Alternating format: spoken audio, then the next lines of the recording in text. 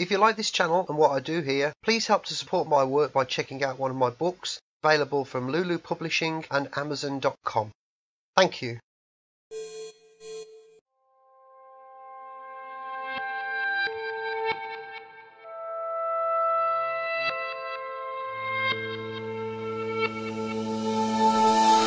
Hi folks, welcome to Electric Media Madness. Carl James here, joined by Dan Ryan. How you doing? Good after that episode. Yes, The Mandalorian. Chapter 13, Episode 5, The Jedi. The Jedi. This, I did not expect this soon. No, but didn't it either. happened. I didn't expect this till maybe like the last 2 episodes of the season. So this was a surprise. There are some little issues I have with the episode. I didn't want there to be, but there are. Maybe they're just me. Maybe the issues are just me. But we'll come to that. So I don't know if you want to talk about the plot. There isn't much to talk about with the plot, really, is there? But this opening to this episode, this is what the start of Rise of Skywalker should have been. That starting scene with Kylo killing everyone. This is what that should have been. Yes, yeah, like, I completely agree. It's so well shot. Everything is brilliant. The opening. yeah. So, well, I should say what the opening is. The opening is... I mean, you should, if you're watching this, you should have seen it already. But yeah, so we will say spoilers. We didn't do it on our previous video, but yeah, spoiler alert if you haven't already seen it. So it opens with Ahsoka running through like a forest, like a foggy forest, cutting down all these people, and like these trooper type things. Yeah, and it looks amazing. Yeah. It's just wow. yeah. It was like a proper Star Wars film, wasn't it? In terms of how it looked at that point. Yeah, definitely. She talks to the leader of this. Yeah, she's the magistrate, the leader of this like city thing she's got them all enslaved there, hasn't she? All the people basically got them all locked, and she's torturing some of them and that. She comes out onto the balcony, doesn't she, above the gate to talk to Ahsoka? Yeah. And Ahsoka's like, give me the information. We don't know what it is at this point. But and she's like, you know, what's it worth? How many innocent people do I have to kill? Because I don't care. Yeah. Not a nice lady, this magistrate. No. But after that, Ahsoka's like, okay, I'll be back tomorrow. Mando comes, and he goes to the city place, and everyone's just like fleeing from him and running away and that. Loads of people, they're like prisoners everywhere and stuff. Everyone's just treated like absolute shit, basically. Mando gets summoned to the magistrate. She says, okay, I want you to kill someone for me. And it's a Jedi. And he's like, you know, that's quite a pricey one there you're asking for. And she promises him a full Beskar spear. And I didn't realise that Beskar was like resistant to lightsabers. Yeah, I jumping didn't the gun a realise little bit, but yeah, we do come to that. But yeah, I wasn't aware that was. I assumed that it was strong stuff, you know, that it could, blaster hits and all kinds of things as you've seen in the series, but to actually be sort of impervious to that kind of thing as well. But anyway, sorry, go on. Yeah, and he's like, all right then, tell me where she is, because he's looking for her anyway, so she's just giving her free information. Yeah. So he goes out, finds her, they have a little fight, and that's where we see that the Beskar's resistant, because he blocks the lightsaber like that. Sabers with his arms, yeah. That's quite a ballsy one there, right? yeah. Because he's like, doo, yeah. Really good. Yeah.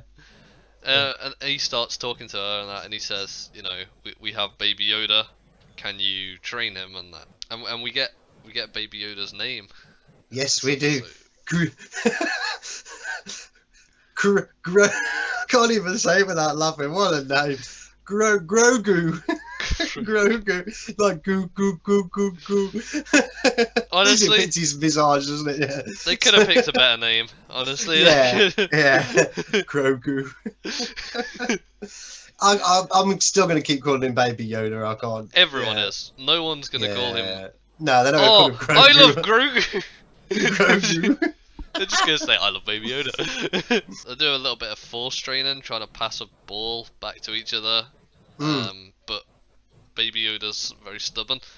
So he'll only do it with Mando, with the little thing, the from little the ball cockpit. thing from the Yeah. cockpit. Yeah. She's like, I can't train him because she sees like the fear in him that she saw in like Anakin that basically led Yeah, I him. thought that was a great line where It she was, says, yeah. like, I can't, with that, you can't. It's not worth it. Just let his skills pass. Let his abilities kind of just fade away. He's like, please train. Like, you need to train him. She's like, okay, if you like help me go back to the city and get the information we need and everything, like I'll train him or whatever. They go to the city, and most of this episode is the talking in the forest and this bit in the city and the end. fight in the city. Yeah. To liberate the city, basically. Yeah. So Ahsoka comes in, she's like running on the roofs and shit, and it all looks incredible. Yeah. And but do you know what? I don't. I mean, this may not be very familiar to some people. There was an advert a few years back of what's his name? Rowan Atkinson doing his Johnny English thing where he's running across the tops of the roofs, is that fighting the ninjas and all I know. And it reminded me of that. I just couldn't help but keep thinking of that. Or like Kung Fu Panda type thing as well. It was like that kind of thing, wasn't it? I couldn't help but think about it. I didn't think of that at the time, but now you point it out, yeah. Yeah. But anyway, it didn't detract from the episode. But it did remind me of that. Yeah. So they're fighting. Mando comes in and frees the prisoners.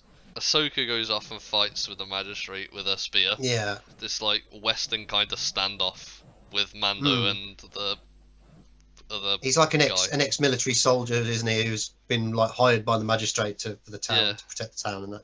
And they're just sort of sat there like listening to the groaning and the noises, like and the sounds of the lightsabers and the clinking Beskar and all that to see who's winning. Yeah. And then we've got the fight as well. That looked good as well. Yeah. When that ends, she basically says, I can't train him. Here's somewhere like where you can go and train him, and well, you could put him there, and if it's a difficult one, isn't it? Yeah, he's got to sit on top of this stone in this old Jedi's temple. Yeah. I just thought of the Last Jedi. I did as well. And I mean, I know it's not the same place, but when she said, sit on top of that, the top of the temple on the sealing stone and all that, and I thought, oh no, please don't do that. He can connect to the Force, and if he does, it might summon another Jedi. Yeah. And they basically go off, and the episode ends there. We're past the end of Return of the Jedi, so how many Jedis are left around? She says not many. So she says there's not many. I mean, there's the whose name escapes me, the young lad from Rebels. He was training to be a Jedi. He got Force ability and all that. So you've obviously got Luke. I would imagine that Ben Solo would have perhaps not even been born, or at least be very, very young at this point. Yeah, because it's pre the First Order. So yeah. So unless it's going to be some obscure Jedi we saw in the Clone Wars that survived, or a brand new character, I can't think of any others off the top of my head that no, there aren't really that many. By this point, Obi-Wan Kenobi was dead, Yoda was dead, so I don't know. It'd be interesting to see where that goes. I would imagine it's probably going to be Luke. I have heard some rumours floating around, but they are very much just rumour mill of casting about for a new actor to play Luke Skywalker. So that's not a prospect that I particularly look forward to. After what they did to him in The Last Jedi, the character. Yeah, I think it's best to just leave Luke alone now. I think recast him as well, like that's going to be a bit... Ooh. And recasting is one of the issues that I had with this episode, which I will come to in a minute, but I don't know if there's any... Because that was pretty much the plot, wasn't it? Yeah. They head off to presumably find it. There was a couple of other little bits and pieces. I'm just going to very briefly look at my notes here to remind myself. Yeah, the information that she was after, she wants to find the location of Grand Admiral Thrawn. So that's a biggie for this series, for the whole of Star Wars, actually, because Thrawn's been around since the 90s in the... I think it was the Timothy Zahn Heir to the Empire books. My memory is very hazy on that one. But the character, in any case, the character was very popular, and it was brought back for Rebels, for the cartoon series Rebels. So there is continuity there with Ahsoka and all that kind of thing. So again, Bo-Katan as well. So it'd be interesting to see where that I imagine they wouldn't have mentioned his name without the possibility that the character was going to be brought into it. Yeah, probably not. No, that's so that I think that will be very. It'll be fan pleasing for some for some fans anyway. Let's put it that way. So I think that could be a benefit to the series. Did you recognise the military guy who was working for the magistrate in the town? No. Right. He's a very famous actor, and it was bugging me because all through the episode I thought, I know you, and I had to wait until the end credits until I saw his name. I went, it's Michael Biehn. He was, he's been in shitloads of films, but you'll probably know him best for Corporal Hicks in Aliens. Oh, yeah. The one who survived with Newton Ripley at the end. Oh, yeah. I remember that. Yeah. I mean, he's been in loads of films, particularly James Cameron films, but he's been in a very, very long acting career. He's a great actor, but yeah, and I recognised him, but I just could not place him. But overall, the cast, such as it was, because it's a very small cast for this episode, but the three, other than Mando, Michael Biehn, Rosaria Dawson as Ahsoka. I'm going to come to that issue in a minute, because and Diana Lee Inosanto as well, who played the magistrate. Great actors for this episode. Really good, strong cast. Acting was great. I mean, it was really well done. Which I'm going to come to Rosaria Dawson now, because Rosaria Dawson is a really good actress, really fine actress. I really do like a lot of the things that she's been in. But I had a problem with this episode, with her portrayal of Ahsoka. I think my problem is, I've never been particularly comfortable with when a new actor plays an established character. Yeah. So even if it's, it could be the greatest actor in the world, but there's always something that's slightly like, no, it'll always be da-da-da-da for me. So it's like Chris Pine playing Kirk. It's always going to be Shatner. Ethan Peck and Zachary Quinto as Spock. No, it's always going to be Leonard Nimoy. That goes on for loads of different series. Yeah. So sometimes practicalities means that the actor might be dead or something like that, or they're just not the right. If it's a voice actor, they're not the right sort of proportions to play that character in live action or something like that. I don't understand really why Disney didn't use Ashley Eckstein, who voiced Ahsoka in the Clone Wars and Rebels. She's physically quite sort of fit, so they could have made her look like Ahsoka, maybe. I mean, she's a bit short, so I don't know. I don't know what that decision was to go with Rosaria Dawson. Do you understand where I'm coming from? Yeah. She had some of the physical mannerisms of Ahsoka, but the voice didn't sound quite right for me. No, I haven't seen a lot of the Clone Wars, but yeah, I did think her voice sounded for different. you, yeah, because maybe it's because it's an animated character, and you expect her to look a certain way. You expect her to have bigger eyes, obviously, because she's animated like that. The character is, but then they're all sort of hyper exaggerated. The characters are with their eyes, aren't they? In Clone Wars and that anyway. I mean, Anakin and Obi-Wan and that look different in the animated series than to the real versions of them. So she's, as a live action character now, she naturally is going to look different. And to be honest with you, I didn't really have that great deal of a problem with that, because I knew when I was looking at her, it was Ahsoka. I could tell it was Ahsoka. The physicality of Ahsoka, the costume. Maybe they didn't. If they'd have got such a lesser known actress to do the physicality of her, and then done a little bit of CGI, but then it would have cost more, obviously. And then Ashley Eckstein did the voiceover of her, and then done that way. It's one of those things that when you're used to seeing and hearing a character a certain way, any slight, it's the way the human brain works, I suppose, really. You pick up any tiny little difference, don't you? But I don't want that to sound like a criticism. It didn't feel in any way annoying, offensive. There was just something about it that she just didn't quite feel like Ahsoka to me. Yeah. I wish they'd have CGI'd the hair a bit, because you could tell that it was polystyrene. You could see the rubbery latexy sort of bit when they folded over. Yeah, all that kind of thing. Again, cost. You know, if it doesn't necessarily need to be. I mean, they did move around a bit. I saw when the ship took off at the end, and there was like the gust of wind in it. They were going like that at the bottom. So I don't know. I mean, you know, who knows? Maybe they were just trying to save some money. So it wasn't unwelcome. Her character being back was not. But it was weird because I will say this: it didn't have the wow factor on me as Bo-Katan did. Maybe it's just because I'm a big fan of Katie Sackhoff, you know. I don't know. I mean, I don't know. This one was kind of announced, so you were like prepared for this to happen at some point. Yeah. Bo-Katan was there. Was just out of the blue. Yeah. Maybe it's that. Yeah, maybe you're right. Maybe the surprise would have been more sort of welcome. So I don't know. Yeah. Maybe if they hadn't have dropped the name and then they just went to this planet and she was just there. Yeah, and she was just there. Yeah. But I mean, also I don't know what you feel about this, but I felt this episode was.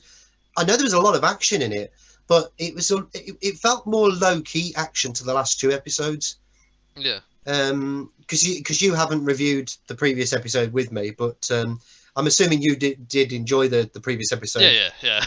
Gina Carano and yeah, it's a great episode. I mean, just out of curiosity, before we launch into the last little bit of this where we review, did you want to give your score for the previous episode? I mean, I think I gave it an 8 or an 8.5 or something. I can't remember now off the top of my head. So I think it was an 8. Yeah. I'd probably give it about an 8.5. Yeah. So what about the Jedi then? This episode, score out of 10. It's a tough one because like I want to give it a very high rating, right? But when you compare it to like how some of the things were in like say the action and the speed of chase, the speed of chase in the last episode was fantastic. Yeah. And that wasn't on par with like the action in this episode. So it's difficult to score, right? This one was like a tone piece, wasn't it? It had like it was more about the sort of the feel to it. It was very atmospheric. Yeah. Where it wasn't balls to the wall action in the same way. Yeah, there's a lot of great stuff in it with the lightsaber fights and stuff like that, but it didn't quite have the same. And the acting was very understated as well with this one compared to the previous ones as well. Great acting, don't get me wrong, but at every moment through this episode, I got this feeling of something not being quite right, something slightly being missing or slightly being underplayed. They didn't make it a bad episode in any way, shape, or form. But when you talk, you're right. When you compare it to the previous episodes, there's something not quite. Yeah, but then it has other bits like the intro, that like the start. Absolutely. Way above everything else. Intro was fantastic. Yeah, that was amazing. I think I'll give this one a 9 because there's a lot I really liked about it. I'm going to give this one an 8. Yeah. Yeah, it's a tough one, but it's a different kind of thing. It's not any way in like that it was worse or anything like that. It's just a different kind of feel, different kind of thing. What others episodes have got, this one didn't, and vice versa.